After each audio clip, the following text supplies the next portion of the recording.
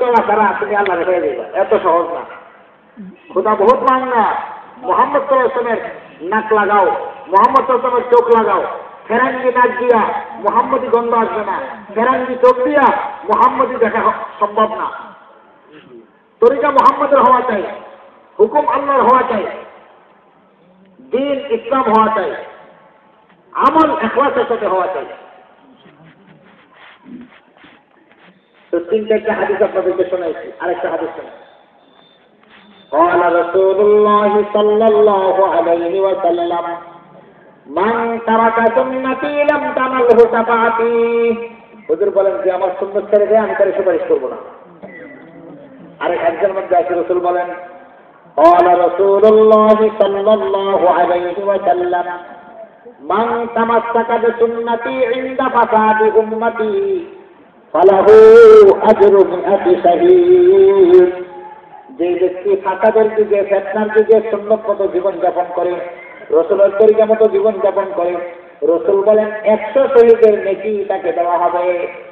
আরেক হাদিসের মধ্যে আছে রাসূল বলেন قال رسول الله صلى الله عليه وسلم من احب سنتي فقد احبني ومن احبني كان معي في الجنه। যে ব্যক্তি আমাকে ভালোবাসলো সে আমার সুন্নতকে ভালোবাসলো, সে যেন আমাকে ভালোবাসলো, আর যে আমাকে ভালোবাসলো সে আমার সাথে জান্নাতে থাকবে। আরেক হাদিসের মধ্যে আছে রাসূল বলেন সিত্তাতুন লাআনতুহুম ওয়া লাআনাহুমুল্লাহ ওয়া কুল্লু নাবিয়্যিন ইউজাব। 6 প্রকার ব্যক্তিকে আল্লাহ লানত করে, আল্লাহর রাসূল বলেন আমিও লানত করি। ওয়া কুল্লু নাবিয়্যিন ইউজাব, আর নবীরা যে দোয়া করেন এই দোয়া কবুল হয়, মুস্তাজাব দাওয়াত। তো নবীরা যদি লানত করে অবশ্যই লানত কবুল হবে। এই 6 প্রকার ব্যক্তির মধ্যে 6 নম্বর প্রকার ব্যক্তি হলো আত-তারিকুল সুন্নতি, যে আমার সুন্নতগুলোকে ছাড়িয়ে দেয়, সুন্নতের পরোয়া নাই, বিদআতের পরোয়া। এক হাদিসের মধ্যে আছে রাসূল বলেন قال رسول الله صلى الله عليه وسلم إذا ظهر البدع والفتن وسكت العالم فعليه لعنة الله والملائكة والناس أجمعين। রাসূল বলেন যখন দুনিয়ার মধ্যে ফিতনা, ফাসাদ জিন্দা হয়, বিদআত জিন্দা হয়, ওয়া সাকাতাল আলিম, আলেম চুপ থাকে, কথা বলে না, ফালাইহি লানাতুল্লাহ, ওই আলেমের উপর আল্লাহর লানত, জগতের মানুষের লানত এবং সমস্ত ফেরেশতাদের লানত।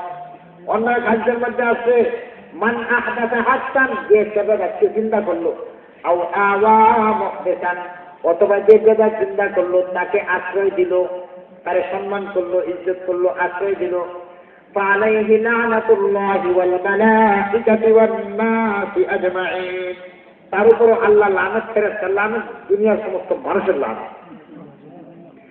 অন্য এক জায়গার মধ্যে আছে قال رسول الله صلى الله عليه وسلم من وقر صاحب بدعة فقد أعان على عدم الإسلام। যে কোনো বেদাতকারীকে ইজ্জত করলো, সম্মান করলো, তারে দেখিয়ে দাঁড়াইয়ে দিল, অথবা তাকে কোনো সবার সভাপতি অথবা তাকে কোনো জায়গার মাতাব্বর বানাইয়া দিল, আল্লাহ রাসূল বলেন ফাকাদ আ'ানা আলা আদামিল ইসলাম, সে যেন ইসলাম ধর্মকে পুরা থেকে কেটে দিল। আরেক হাদিসের মধ্যে আছে হুজুর বলেন قال رسول الله صلى الله عليه وسلم من أحدث في أمرنا هذا ما ليس منه فهو رد। আমাদের ইসলাম ধর্মের ভিতরে যেটা নাই এমন কোন কাজ যে নতুন ধর্মের মধ্যে চিন্তা করলো, এটাকে বেদ বলতে হবে, এটা বাতিল, এটার ঘোষণা করতে হবে। রাসূল করিম সাল্লাল্লাহু আলাইহি ওয়াসাল্লাম ফরমাই গেছেন যত নবী দুনিয়া থেকে গেছে, নবীদের কিছু কিছু লোক, পক্ষের লোক ছিল, তারা নবীর কথা মতো চলতো। নবীরা মারা গেছে, তারপরেও তারা নবীর কথা মতো, নবীর তরিকা মতো দুনিয়াতে বসবাস করতো। কিন্তু এরা যখন চলে যায়, চলে যাওয়ার পরে এমন কিছু না হলো, বেদাতি দুনিয়ার মধ্যে চিন্তা হয়েছে, তারা যা করে এটা কথার বিপরীত, আর যা বলে এটা করে না, নবীর তরিকার ধার ধারে না। রাসূল বলেন ফামান জাহাদাহুম বিয়াদিহি ফাহুয়া মুমিন, ওই সমস্ত লোকদের সাথে যে হাতের দ্বারা জিহাদ করবে, এরা ইমানদার, আই মুমিনুন কামেল, এরা কামেল ইমানদার। এই জিম্মাদারি কাদের? যারা প্রশাসনে আছে, যাদের ক্ষমতা আছে, মালওয়ালা মুলকওয়ালা, তাদের। ওয়ামান জাহাদাহুম বিলিসানিহি ফাহুয়া মুমিন। আর যারা জবান দিয়ে জিহাদ করে, এটা ঠিক না, এটা বিদআত, এটা সুন্নাত, এটা এরকম বলে, ফাহুয়া মুমিন, তারাও মুমিন, আই মুমিনুন মুতাওয়াসসিতুন, এরা মাঝখানের ইমানদার। ওয়ামান জাহাদাহুম বিকলবিহি ফাহুয়া মুমিন। আর যারা কলব দিয়া ঘৃণা করে, এরাও ইমানদার, কিন্তু এরা দুর্বল ইমানদার। এর চেয়ে ইমানের নিচে আর কোনো স্তর নাই, এর চেয়ে নিচে কোনো স্তর নাই। মুহতারাম দোস্ত আর বুজুর্গ, এই যুগে আমরা বসবাস করতে চাই, আল্লাহ আমাদেরকে মাফ করো। বেদাতের গুনাহ এটা বড় মারাত্মক। শয়তান নিজে বলতেছে, আমার কাছে সবচেয়ে বেশি প্রিয় হলো বেদাতের গুনাহ। قسمت ظهور بني آدم بالمعاصي والأوزار। শয়তান কয়, এক বুজুর্গ নকল করতেছে শয়তানের কথা। ইবলিস শয়তান, যেটা আদম আলাইহিস সালামের গর্দন খাওয়াইছিল, শয়তান নিজে বলতেছে শয়তানের কথা। মাজালিসুল আবরার নামক কিতাবের মধ্যে আছে। قسمت ظهور بني آدم بالمعاصي والأوزار। আমি আদম সন্তানের মেরুদণ্ড, মেরুদণ্ড কারে করে, যেটা দিয়ে মানুষ দাঁড়ায় থাকে, এটা মেরুদণ্ড হাত দিচ্ছে দিকে যায়, মানুষ দাঁড়িয়ে হয়ে যায়, দাঁড়াইতে পারে না। জান্নাতে যাওয়া পর্যন্ত, আল্লাহ পর্যন্ত পৌঁছার জন্য যে মেরুদণ্ড আমি তৈরি করছি না, মুসলমানরা তৈরি করছে, এটা আমি বেঙ্গেলসি গুণা করায় বিভিন্ন কৌশল দিয়ে।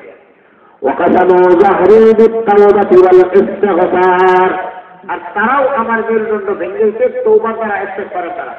এখন আমি কি করি? আমি যতই গুনাহ করাই, তারা তওবা ইস্তেগফার করে মাফ হয়ে যায়। আমি আর কোনো উপায় দেখলাম না, কি করি এখন? ফাআহদাসতু লাহুম যুনুবা। শয়তানে কয়, তখন আমি বুদ্ধি করে, আমার ভিতরে তো বুদ্ধি আছে, হিকমত আছে, হিকমত করে এমন কিছু গুনাহ তৈরি করলাম যেটা দেখা যাবে নেকি, মানুষ এটা নেকি মনে করে করবে, আসলে নেকি না, এটা গুনাহ। শয়তানকে এমন কিছু গুনাহ তৈরি করছি যেগুলো তারা আগে তাদেরকে জাহান্নামে দেবে।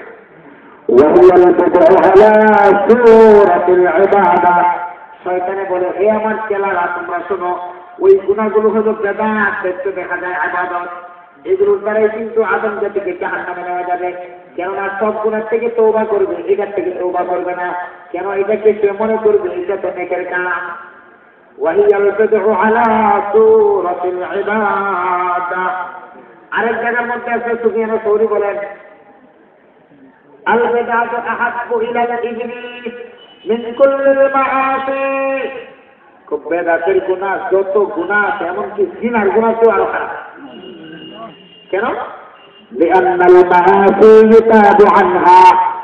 বেদাতের গুনাহ অন্যান্য গুনাহ থেকে তওবা করা হয়।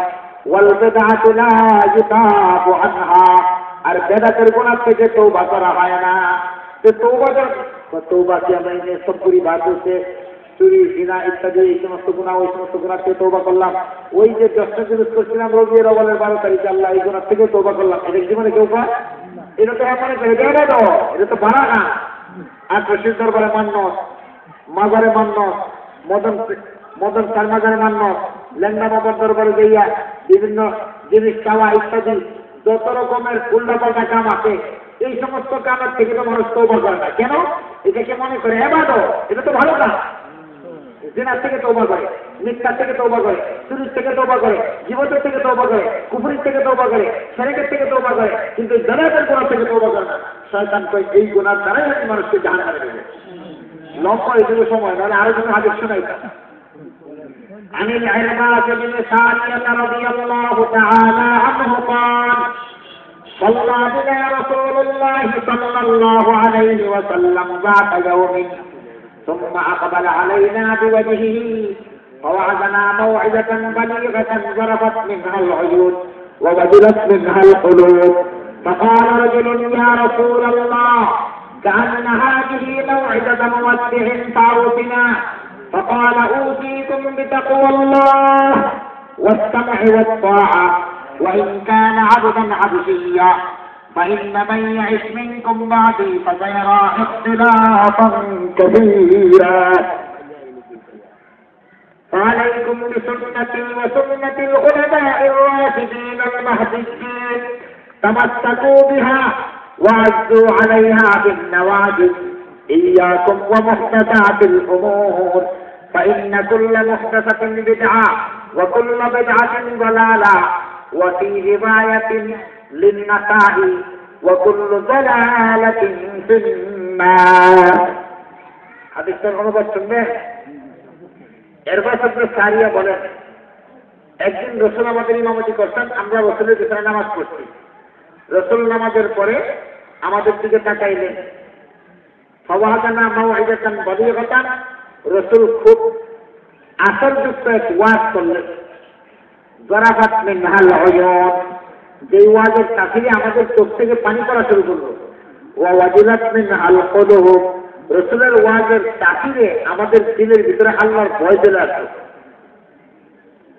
রসুলের ওয়াজের তাসির কয়টা বলেন দুইটা চোখের পানি দিলে আল্লাহর ভয় আমাদের ওয়াজের তাসির কি হোক মাওলা হোক দৌড় লাফালাফি চিল্লা চিল্লি সব এটা আমাদের ওয়াজের তাসির মোহাম্মদ সাল্লাল্লাহু আলাইহি ওয়াসাল্লামের এগুলো তাসির ছিল না লাফালাফি মোহাম্মদ সাল্লাল্লাহু আলাইহি ওয়াসাল্লামের তাসির ছিল না হ্যাঁ কারো যদি দিলের মধ্যে এই ধরনের হালত চলে আসে আর সে যদি জিকির আজকার করে তার যদি এরকম লাফালাফি চলে আসে এটা খারাপ না কিন্তু ইচ্ছা করিয়া যদি এটা আনাইতে চায় এটা ভিন্ন ব্যাপার যে ব্যক্তির ছেলে মারা গেছে তার কান্না আর যার ছেলে মারা যায় নাই কান্না লইতে বেরিয়ে তার কান্না কি একরকম এত চোখের মধ্যে মই ভাইয়া অথবা পানি দিয়া মুখের লালা দিয়ে কানতেছে ও মায়া গো বাবা গো কানতেছে আর ওই মহিলা কিচ্ছু মুখতে বেরো না কোন সময় হাই আমার কই যাচ্ছে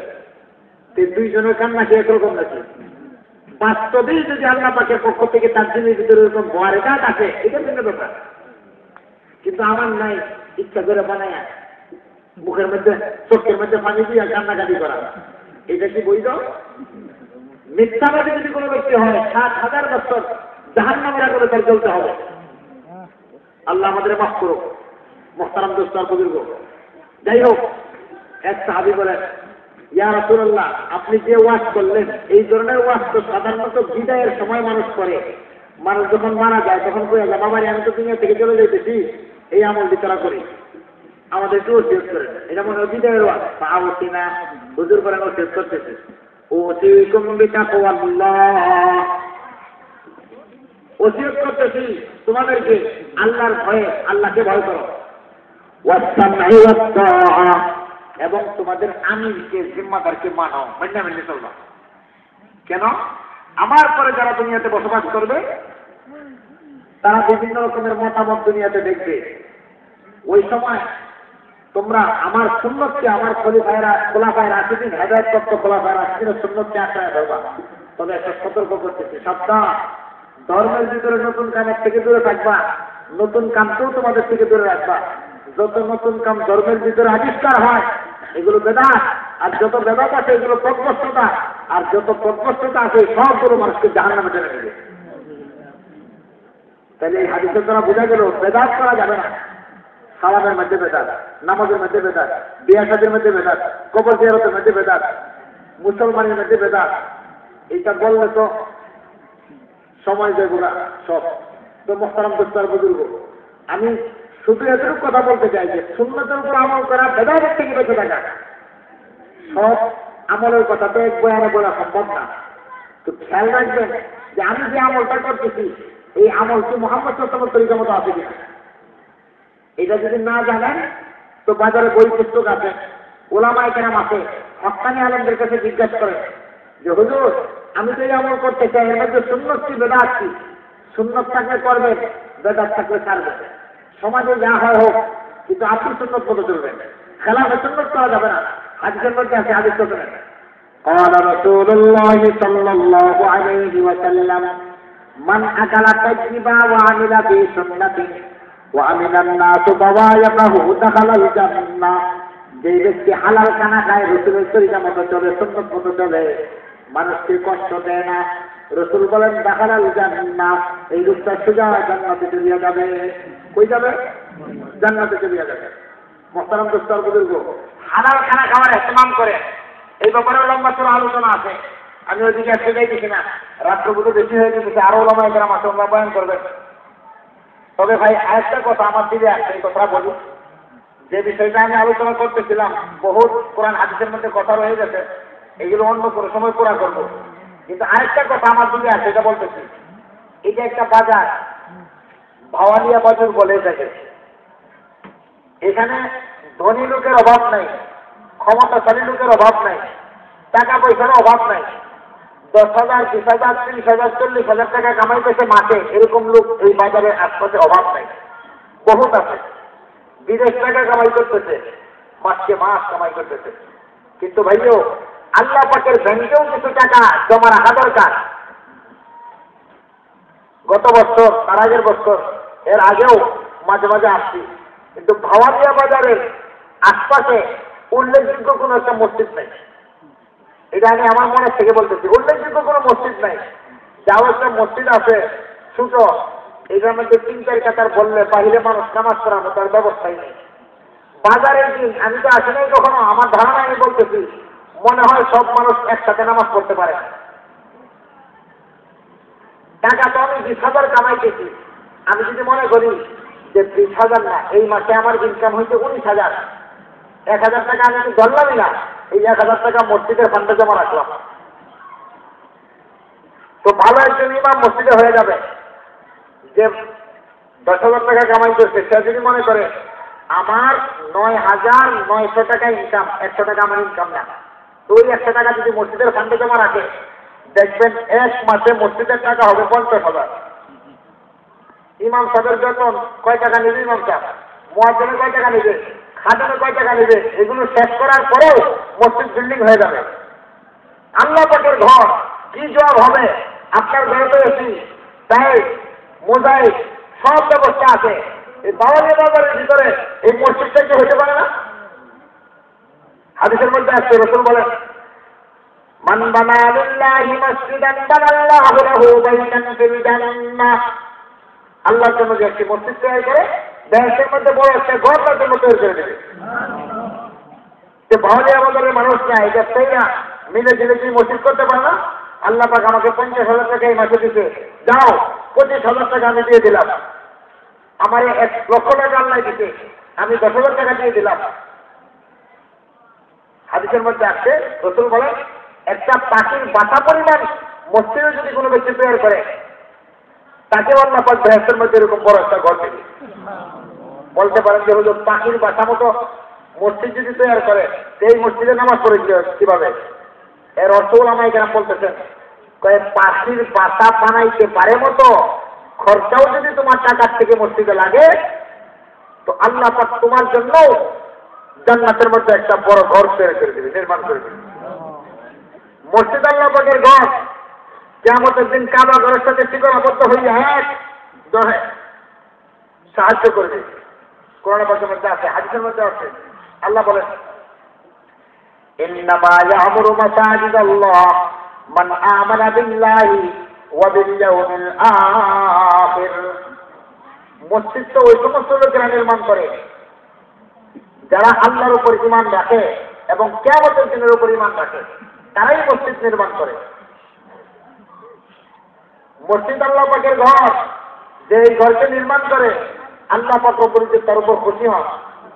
এই জন্য ভাইও, আমার ঘরের চেয়ে তো মসজিদটা ভালো হওয়া দরকার ছিল। সেজদা দেওয়ার জায়গা, এক এক সেজদার মূল্য কত? যেখানে মসজিদ হয়, ওয়াকফ হয়, সেজদা হয়, কিয়ামত পর্যন্ত এই জায়গাকে হেফাজত করতে হয়, এটা কিছুই করা যায় না। এত বড় একটা বাজার, এখানে একটা ভালো মসজিদ হওয়া চাই। এখন তো মানুষ মসজিদ যখন বানায়, মসজিদ বানানোর পরে করে কি, তাই মোজাইক, এই লাল্লি, এইটা সেইটা, এই আরেকটা না, মসজিদের মুসল্লি বারো, ইবাদত করেনা বারো, এইটার জিকির করে না। এই জন্য হুজুর বলছেন হাদিসের মধ্যে, মাসাজিদুহুম আমিরাতুন ওয়া হিয়া খারাবুম মিনাল হুদা। কিয়ামতের আগে আগে মসজিদগুলো বিল্ডিং হবে, কিন্তু মসজিদের মধ্যে নামাজ আর হেদায়েত থাকতো না। মসজিদ তৈরি করে, নামাজই নেই। বাজারে শাস্ত্রে মানুষেরও ভাব নাই, কিন্তু মসজিদে নামাজই নেই। মসজিদে কোন রকম দুঃখা খালি কেমনে বাইরে চিন্তা, মসজিদের মধ্যে তালিম করেন, মসজিদের মধ্যে দিন শিখেন, দিন শিখান। মসজিদে ঘুমানোর জায়গা বানায়েন না।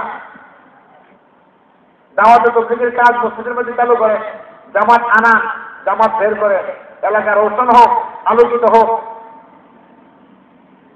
মোহতারাম দোস্তার বুজুর্গ, হাদিসের মধ্যে আসছে রাসূল কারীম সাল্লাল্লাহু আলাইহি ওয়াসাল্লাম ফরমাইতেছেন, কোন ব্যক্তি যদি বাড়িতে ওযু করিয়া মসজিদের দিকে রওনা দেয়, মসজিদের দিকে রওনা দিল বাড়িতে ওযু করিয়া, এই লোকটা যেন ইহরাম বাঁধিয়া হজের দিকে রওনা দিল, কাল হাজ্জিল মুহরিম। আর শুক্রবার যদি কোনো ব্যক্তি মসজিদে যায় বা একটা আমল করে, তার কি নেকি হয় শুনেন।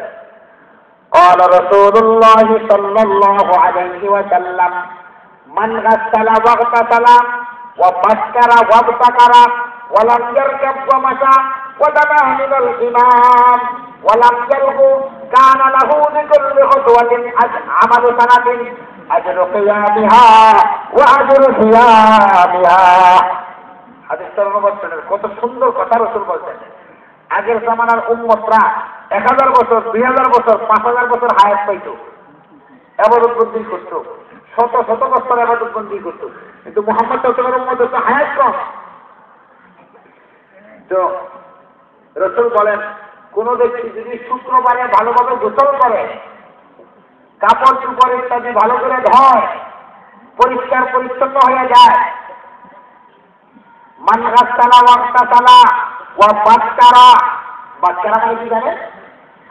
তাড়াতাড়ি মসজিদে যায়, আযানের আগেই রওনা দেয়, ওয়া বাক্কারা এবং ইমামের খুতবা শুরু থেকে শোনে, ওয়ালাম ইয়ারকাব সাওয়ার হয় না, ওয়া তানা মিনাল ইমাম ইমামের পাশাপাশি যাইয়া বসে, ওয়া মাসা পায়ে হাঁটিয়া যায়, ওয়ালাম ইয়ালগু বেহুদা কথাবার্তা বলে না, কানা লাহু বিকুল্লি খুতওয়াতিন আমালু সানাতিন। রাসূল বলেন, সে যে পায়ে হাঁটিয়া মসজিদে যাইতেছে, তার প্রত্যেকটা কদমের বিনিময়ে 1 বছর আমলের নেকি দিবে। রাসূল বলেন, 1 বছর আমলের নেকি কেমন? আজরু কিয়ামিহা ওয়া আজরু সিয়ামিহা, 1 বছরের রোজার নেকি, 1 বছর নামাজের নেকি। তাহলে 50টা কদম যদি মসজিদে যাইতে হয়, তাহলে 50 বছর নামাজ আর রোজার নেকি হবে। শুক্রবার বিদায় যাবে এই আমল করবে, করতে পারি। হাদিসের মধ্যে আসছে 3টা আমল করলে বান্দার গুনাহ মাফ হয়ে যায়। ইসবাহুল ওযু'i আলাল মাকারিহি, কষ্টের সময় ওযু করা, কাসরাতুল খুতা ইলাল মাসাজিদে, মসজিদের দিকে বেশি বেশি কদম দেওয়া, ওয়ান্তিদারুস সালাতি বা'দাস সালাত, নামাজের পরে নামাজের জন্য অপেক্ষা করা। আপনাদের ইহতিমামের কারণে কথা তো অনেক দিনের মধ্যে আসতেছে, মৌজ মারতেছে, তো আল্লাহ মাফ করুক। আমার ভাই মাওলানা উনি এসে গেছেন, কথাবার্তা বলবেন। আমি আর কথা লম্বা করবো না, 5 মিনিট কথা বলবো ভাই, উঠানো বসা না করে জন্য বসেন, পরে ইনশাআল্লাহ কথা শেষ করে কথা শুনে পড়ে যাবে। মোহতারাম দোস্তার বুজুর্গ, কথা তো বললে ভালো লাগে, শুনতেও ভালো লাগে, কিন্তু মুশকিল হইল এটা কাজে পরিণত করা। নিয়ত করেন ইনশাআল্লাহ আমল করবো, ইনশাআল্লাহ। সুন্নত মতো চলবেন তো? ইনশাআল্লাহ সুন্নত মতো চলবেন, হার আমল সুন্নত মতো করবেন, 5 ওয়াক্ত নামাজের ইহতিমাম করে মসজিদকে ভালো বানান। এই বাজারে যারা ইনকাম করেন, পয়সা উপার্জন করতেছেন, তারা এই পয়সা ইনকামের একটা অংশ মসজিদে দান করেন, মসজিদকে বড় বানান, মসজিদের মধ্যে ইমাম এবং মুয়াজ্জিন ঠিক করেন। ভাইরে, এটা বহুত বড় কামাই হবে কিয়ামতের দিন, এটার মধ্যে কৃষ্ণ হয় না। আর মানুষকে দাওয়াত দিয়া নামাজি বানান। হাদিসের মধ্যে আসছে, কোনো ব্যক্তি যদি কাউকে দাওয়াত দেয় আর তার দাওয়াতে মসজিদে নামাজে দাঁড়ায় যায়, ওই ব্যক্তির নামাজ হোক বা না হোক, আল্লাহ পাক নিজের পক্ষ থেকে কবুলের নামাজের নেকি তাকে দিয়ে দেবেন। যুবক ভাইদেরকে বলতেছি, চোখের হেফাজত করবেন, মোবাইলের গুনাহ, টিভির গুনাহ থেকে বেঁচে থাকবেন। চোখের হেফাজত করেন, চোখ যদি ঠিক না হয়, দিল কখনো ঠিক হবে না। টাকনুর নিচে কাপড় পরিধান করিয়েন না, টাকনুর নিচে কাপড় পরিধান করলে কিয়ামতের দিন আল্লাহ কথা বলবেন না, নজর করবেন না, এবং গুনাহ থেকে পবিত্র করবেন না, যন্ত্রণাদায়ক আযাব দিবেন। হাদিসের মধ্যে আছে, সালাসাতুন লা ইউকাল্লিমুহুমুল্লাহু ইয়াওমাল কিয়ামাহ ওয়া লা ইয়ানজুরু ইলাইহিম ওয়া লা ইযাক্কিহিম ওয়া লাহুম আযাবুন আলীম। قال أبو ذر خابوا وخسروا من هم يا رسول الله قال المسبل والمنان والمنافق سلعته بالحلف الكاذب বহুত লম্বা ছিল আলোচনা আমি ওই দিকে আর যাইতেছি না মাহফিল প্রথমে যে আলোচনাটা করছি সেটা হলো সুন্নত মতো চলা বেদাতের থেকে বেঁচে থাকা এই জন্য আজকে থেকে নিয়ত করেন যে আমার জীবন পরিবর্তন করব যত আমল আছে রসুলের সুন্নত মতো চলবো সুন্নত মতো করবো আর যে বেদাতগুলো দুনিয়া সমাজে চলতেছে কোনটা বেদাত এটা জানিয়ে জানিয়ে আমি এগুলো ছেড়ে দিব তাই যে যা বলে বলো কোনো আপত্তি নাই মানুষ মারা গেছে আমার বাপ মারা গেছে দাদা মারা গেছে মারা যাওয়ার পরে কি আমল আমি আলেমদের কাছ থেকে জানি না করবো না জানি না 40টা 5 দিন না 6 দিন না এটার মধ্যে আমরা লাগবো না মৌলুদ একটা এগুলোর মধ্যে লাগবো না করবো তো ইনশাআল্লাহ আম মানুষের দিন জিন্দা হয় আলেমদের সহবতে আলেমদের দিন জিন্দা হয় আল্লাহওয়ালাদের সহবতে কথা বলছেন সহবত বহুত দামি জিনিস তো এক দিনে তো সব কথা বলা সম্ভব না আল্লাহ যদি তৌফিক দেয় যে বিষয়টার উপর কথা বলছি এই বিষয়ে অনেক রয়ে গেছে এটা আরেকদিন ইনশাল্লাহ পুরা করব আমি আর কথা দীর্ঘ করতেছি না ওলামায়ে কেরাম আছেন তো ওনাদের কথাবার্তা খুব ধ্যানের সাথে খেয়ালের সাথে শোনেন আমি আপনাদেরকে সামনে কথাবার্তা অনেক সময় জুড়ে বলে ফেলছি এই জন্য আল্লাহর কাছেও মাফ চাই আপনাদের কাছেও মাফ চাই আমি এই কথাগুলো লায়ক ছিলাম না জবান দিয়ে আসছে আপনাদের ইহতিমামের কারণে তো যদি ভালো ফায়দা হয়ে থাকে যে আল্লাহর পক্ষ থেকে হয়েছে আর যদি লস হয়ে থাকে তাহলে এটা তো আমার পক্ষ থেকে সেই জন্য আমি মাফ চাইতেছি আর ভাই আখিরাতের পুঁজি বানা দুনিয়া থেকে বেমুখান এই কথা বলে আমি আমার কথা শেষ করলাম সুবহানাল্লাহি ওয়া বিহামদিহি সুবহানাকাল্লাহুম্মা ওয়া বিহামদিকা আশহাদু আল্লা ইলাহা ইল্লা আনতা